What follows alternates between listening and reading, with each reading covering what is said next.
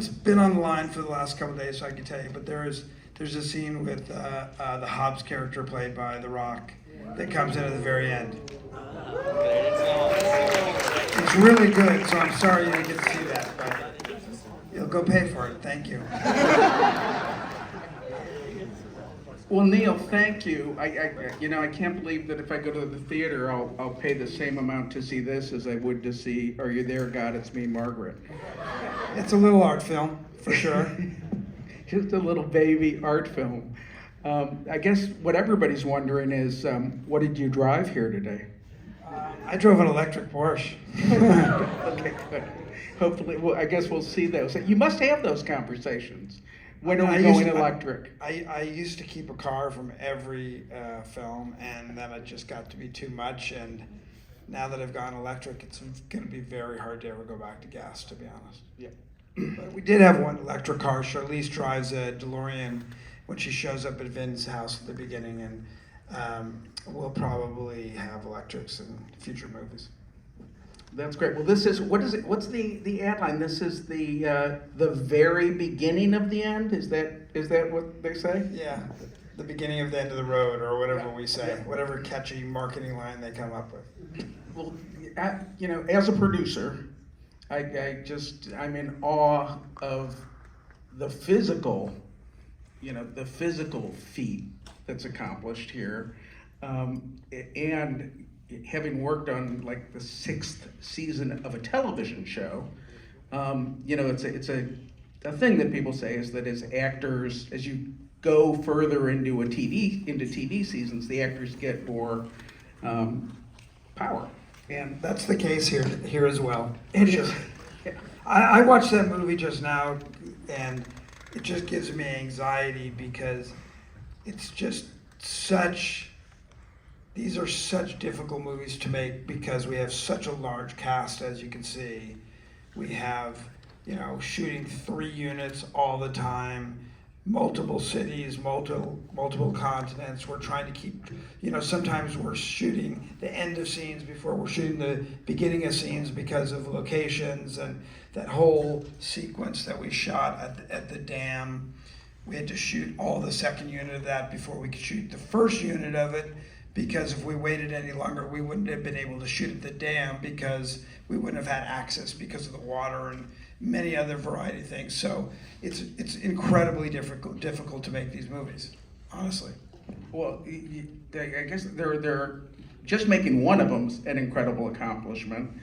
I was thinking as I was sitting there, how many has anyone made? 10? Well, yes, there's been a lot of movies, with the Bond, or there's been many movies that have made more than us, but there hasn't been any.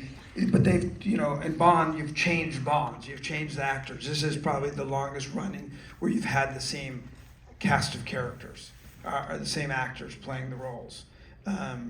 It's been, over 20 years for me. I mean, honestly, I just came back from Rome where we did the premiere at the Coliseum, which was as jaded as that we can be in Hollywood, and it was just the most incredible thing to have that premiere and do this thing right at the Coliseum in Rome where we had shot part of the movie.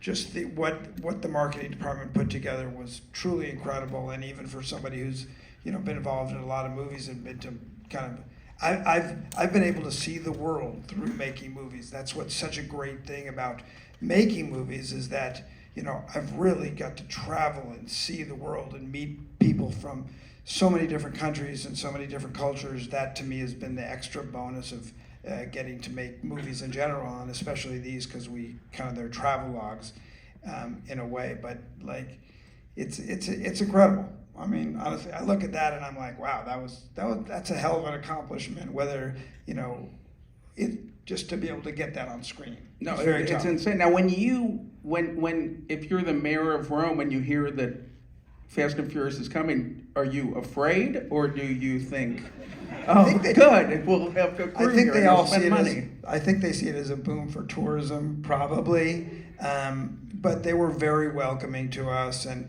kind of every place that we've shot, We've had great relationships with the government, and more importantly, with just the people on the streets. You know, it's a treat for them to get to see us make these movies because yes, there's a lot of visual effects and a lot of CGI, but we really do go out there and shoot this stuff. I mean, it's all amplified with visual effects and stuff, but like we were on that dam, we were on the streets of Rome, we were on the Spanish Steps in Rome. I mean, we were in all those places. We were, you know, we shot all these places.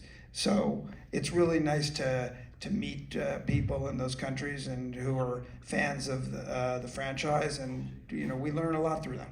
Well, this is a truly global franchise. I can't, you know, the Bond movies, I guess, are one of the best examples. But you know, I just looked at how many people in China will go see these movies and around the world. What do you think? Why, you know, do people hang in there for 10 I of them? I think that they just love the characters, really. That's what it really comes back for. And I think everybody likes the idea of, you know, obviously we go pretty overboard with the family themes, but I do think it's relatable. I think, you know, early on in the franchise, I think the idea of, you know, everybody getting their first car and having that relationship with getting to drive and the independence it gives you, I think that was very relatable. And I just think that we really did early on establish a lot of characters together who did form a family, people who didn't have families and came together as a family. I think that was a nice message that we've, you know, been able to carry through, and it means a lot to Vin, it means a lot to me, and you know, we love our fans, and we just try and keep living up to what they want, honestly. And I love some of the classic, you know, the Rebel Without a Cause, the classic, you know, the girl who stands and tells him to go is, you know, an iconic.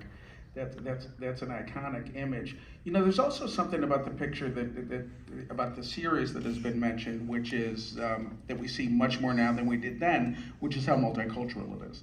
Yeah, and our movie was, you know, I don't really like it when you feel like a movie's been manufactured to be multicultural. I think that from the first Fast and Furious on, is if we hadn't had a multicultural cast, we would have actually been fake, because the world that we were going into, the world of underground street racing, is a multicultural world.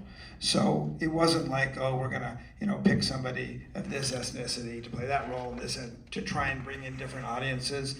It was what was organic to the story that we were trying to tell. I mean, who would have ever thought that a movie about underground street racing that would have developed into a big action thriller kind of franchise would have been maybe the top grossing film in China? You know, that just wouldn't, when we first made the first one, nobody would have ever thought that could have been possible. And there's been, the Chinese box office has really not been great for American films for the last year. And, you know, we're hoping that this reignites the Chinese audiences coming to see Western films again. Yeah, no, I don't know. I've never been to China, so I don't know if they're car crazy, but they seem to be. I mean, I've been there many times now, and you know, they like cars and stuff too, but for some reason I think they really like the themes and the characters as well. And do you, when do you know, there are writers probably with us here. How long does it take to make one of these? These movies take forever to make, but we start really thinking about big action set pieces very, very early on, because they're the things that take us the longest to prep and get ready. And it was funny when my friend who's here with me, we were laughing at the scene towards the end, right as they're speeding towards the bridge on the highway, and the cars are spinning and they transfer the kid from car to car. Like, I remember so clearly, you know, a lot of times we go to like restaurants or coffee shops and just spitball ideas, and we literally will bring like little cars with us and put them on the table. And we actually did that little thing on the table with these little Matchbox Hot Wheels cars, and that's where it started. I mean, that's how far it goes back. And I mean, a lot of the big action sequences that we've done, that's how they start. We just sit there and we just like, what would we like to see? And then how do we actually do it, and then how does it work into the story? But we really do start with the set pieces very, very early on, and sometimes certain set pieces will make it into the film, and we'll kind of keep those on the back burner. for future installments.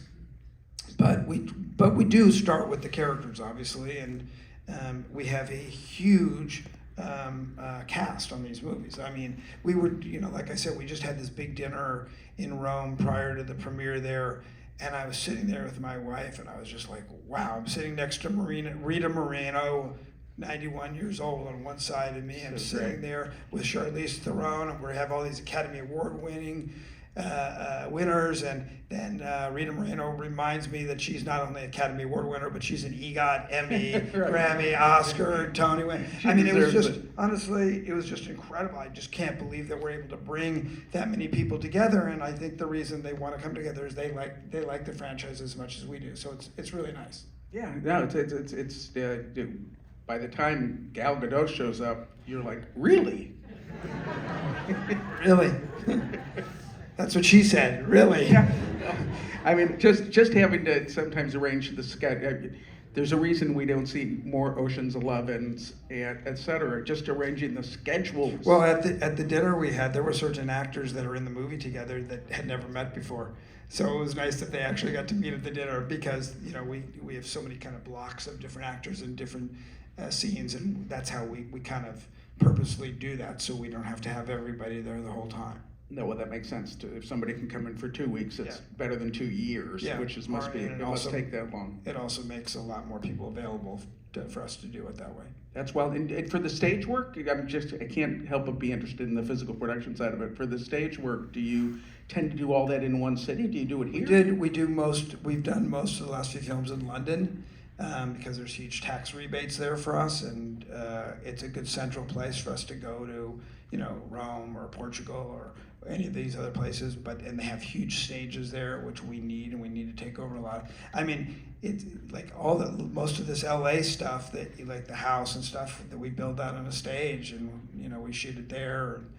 We came here for a few days. We were in multiple places, but really London was our base for this movie and for the last couple of ones as well.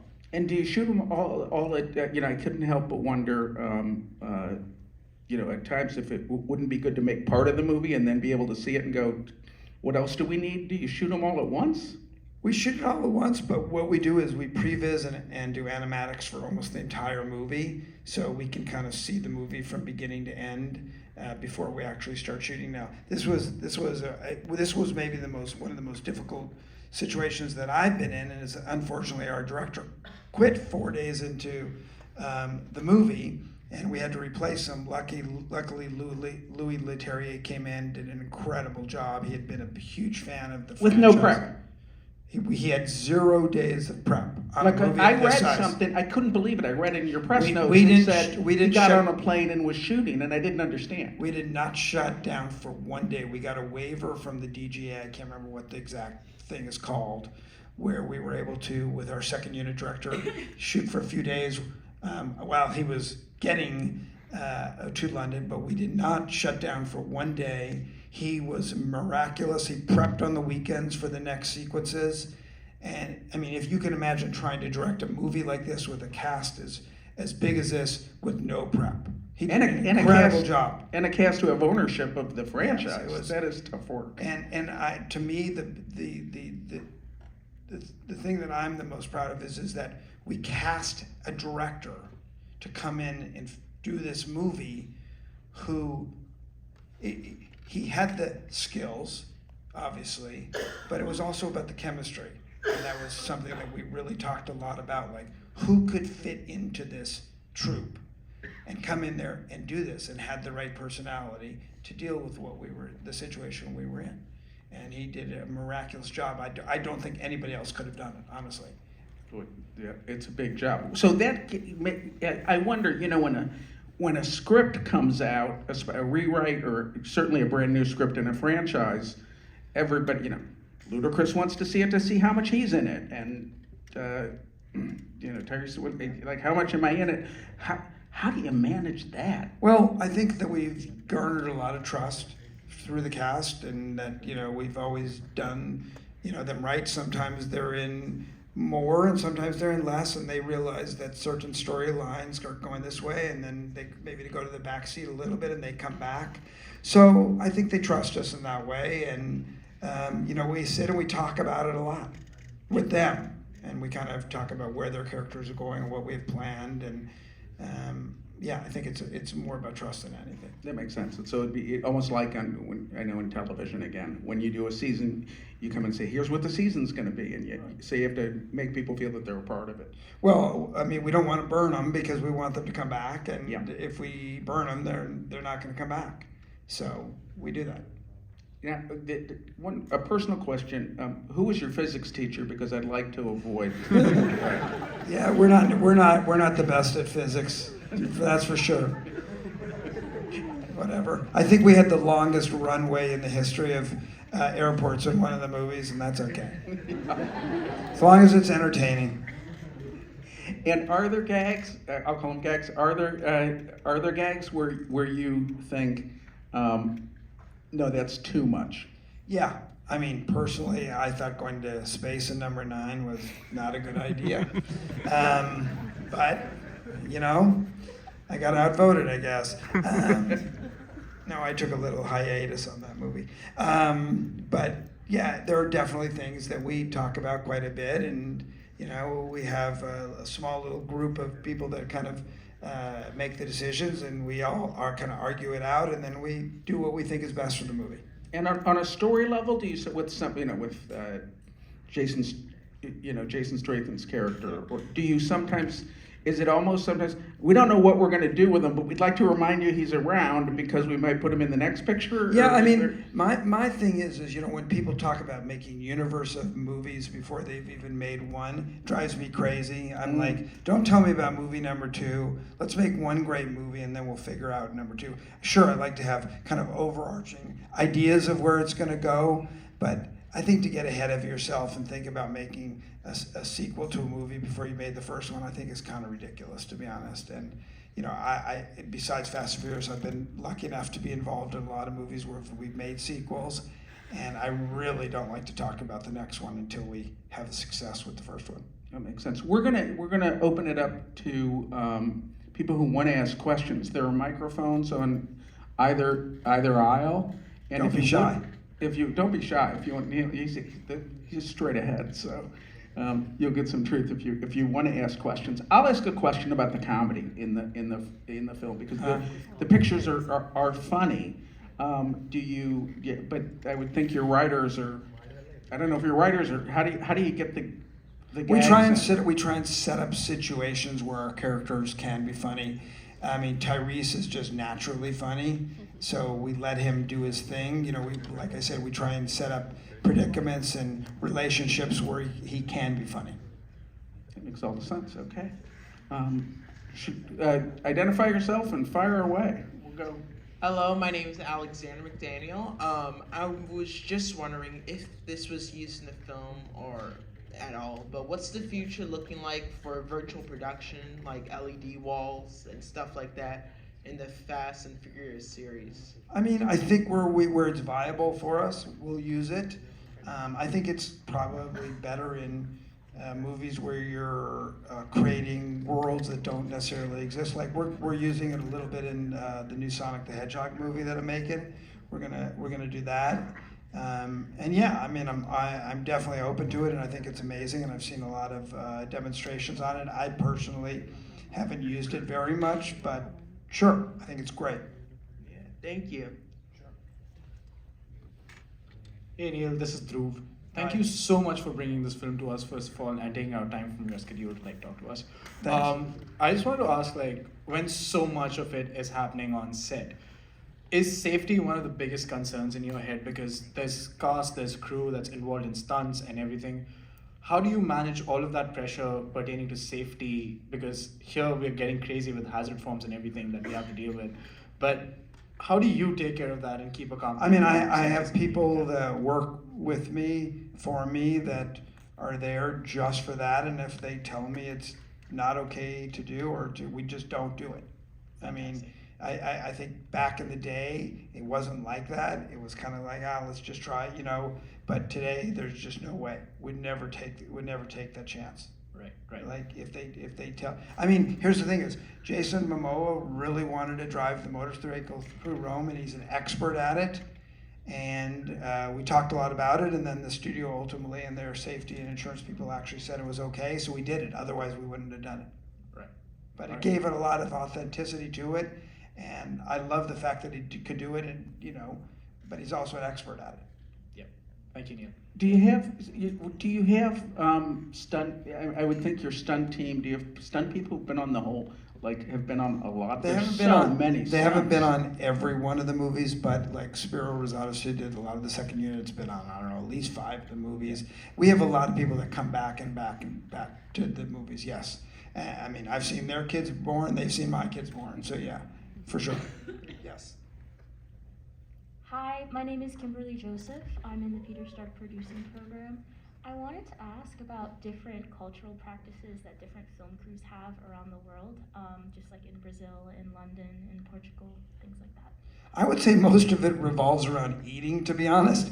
I don't think the shooting's very different at all, except like in London, maybe we'll shoot, you know, we won't do lunch hours, we'll just do whatever we call French hours, where we just shoot the whole day and then we kind of feed the crew all day long instead of actually sitting down and taking, you know, an hour break, which I prefer the French rules. I think it's much better. You don't lose the energy, and it allows the crews to have a more normal life. They work, you know, 10 hours and then they're gone, and so you have a real life. Whereas, you know, when you're taking a lunch break and you're shooting overtime and it's very hard on the crew and their families and so on. But it's just about, you know, what you're feeding people and how you're feeding people that I think is a big difference in a lot of these different countries.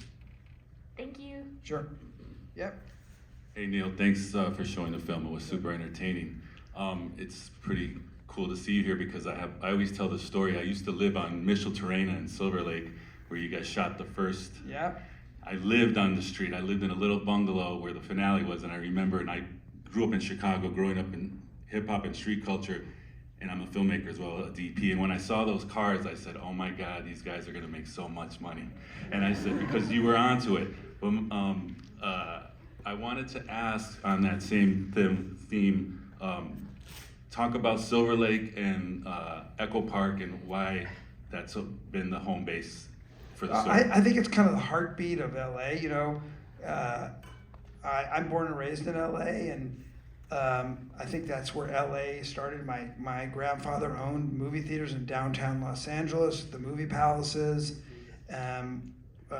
It's just, to me, that's what LA was, and it was just a very multicultural part of Los Angeles. And I think, you know, not only did it fit the story, but it's where a lot of the articles that we based this on kind of were set. So it just felt like a natural place. Sure. Hi, Neal. I'm Margaret. I'm in the MFA production program. I'm an aspiring filmmaker, hoping to get into the action space someday. I was just wondering some of the classes maybe that you took while you were at USC, or some of the things that you got involved in an early age that prepared you to working on these big budget films.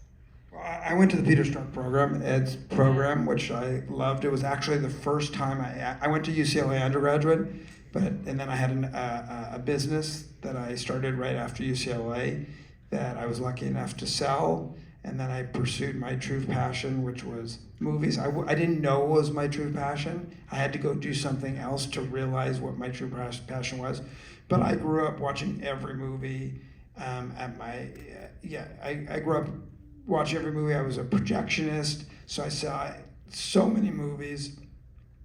I just liked that it allowed me to kind of escape and go into other worlds that I would not normally get to go into. And so I modeled my career after guys like Roger Corman, who was kind of an idol to me, making all these low budget movies in many different kind of genres.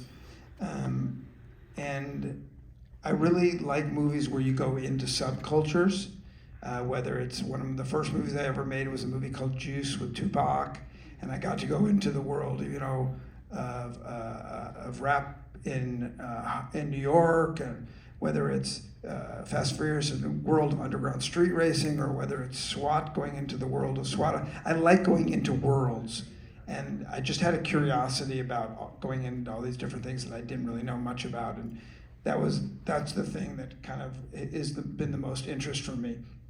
And then making just student films at USC in the program was terrific. I loved it, and I found my passion here. Cool. Thank you. Yeah. Hey Neil, my name is Ritesh, and thank you for being here to take our questions. Sure. So I just wanted to ask you that in the entire Fast and Furious series, can we see that there's so many different locations around the world, and how are the locations really picked, like throughout the entire series, and the travel and the logistics? Yeah, I mean, well, we try and go different places than we've gone in any of the previous films. We try and find interesting architectural iconography that we can set sequences around. We try not to necessarily do the places where other people have done, and also, even though we've probably shot in similar places to where maybe James Bond would shoot, but we would probably just do it in a different way, or Mission Impossible, we would probably just do it a little different way, because just the ideas of our movie is just a little different. But we're just looking for interesting places where, people can get some wish fulfillment or escapism or something, and get to go places through movies that they wouldn't get to go in their normal everyday life. Thank you. Sure. Hi, I'm Brandon. Thanks for being here. Hello. I had kind of a follow-up question before talking about kind of the visual effects landscape. I think there's kind of a conversation with a lot more programs and films being shot purely on sound stages or in LED volumes. But this franchise obviously uses a lot, very visual effect heavy, but also very using a lot of practical locations. Yeah. Do you find that limitation of using more practical locations allows for more efficient or? Actually, I think if we could shoot everything on the stage, it would be a lot more efficient. But sure. Personally, I like practical locations. I would like to shoot as much practical as possible. I'd like to shoot as much of the action practical. I'd like to do everything practical as I can. Obviously, because of safety, we can't do that. Because of cost, we can't do that. But I like the real thing. I mean, that's the way I would prefer to do it, unless it's a movie like Sonic the Hedgehog, where Sonic doesn't exist unless I have visual effects. But yeah, I'm just much more about the real thing.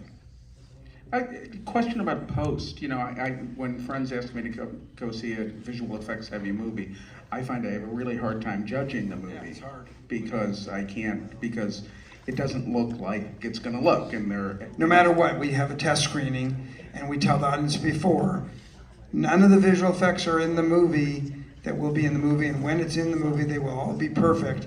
And then the cards come back and said, God, the movie would be good, but the visual effects weren't good. It happens all the time. So I understand. It's very hard to read into what you can't see, especially when you're not used to it. But do you go out and start screening the movie early enough just so you can see what's we do. playing for you?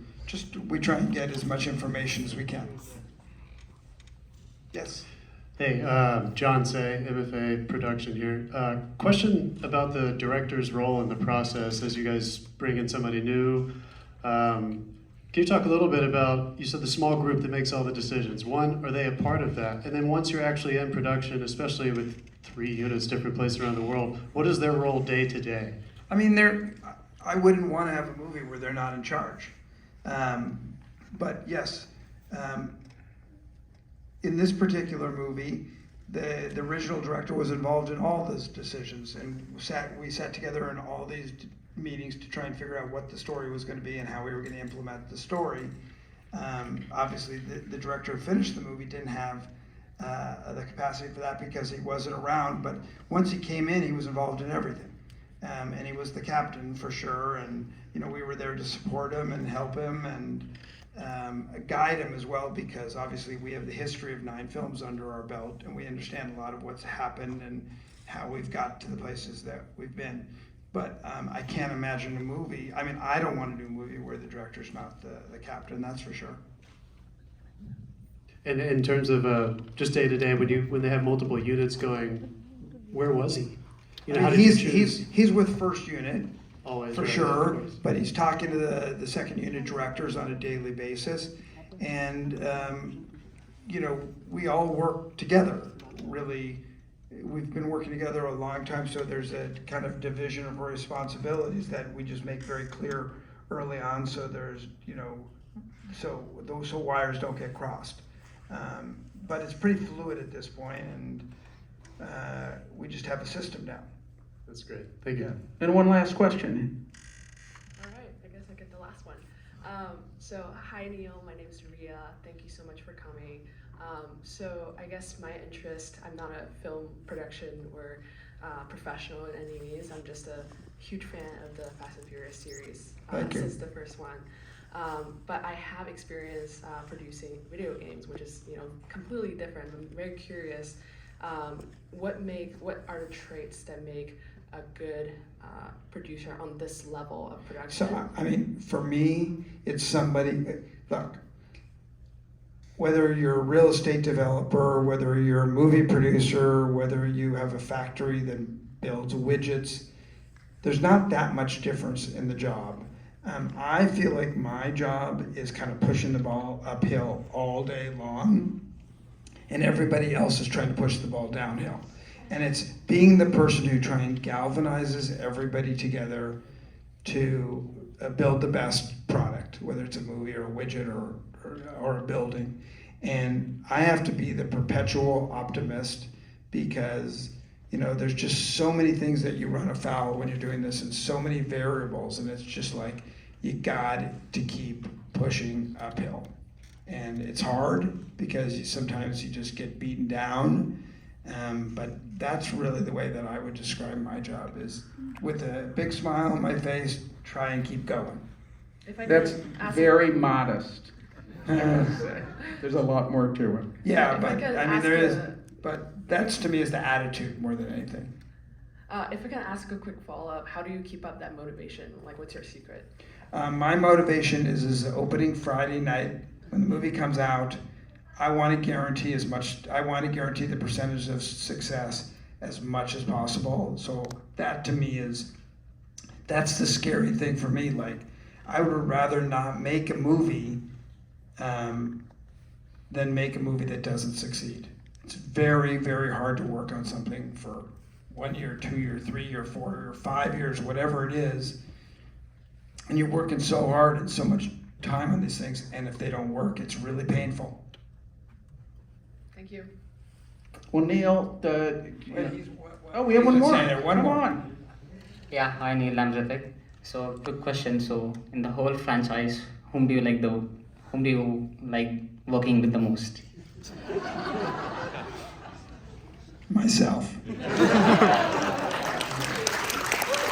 Neal, it is as a master, and we started out. You were a year behind me in school in the 1980s, and it's just a pleasure to see you come down with this incredibly Thanks so much. successful franchise and share it with everyone and share your knowledge. Thanks for coming, everybody. Okay.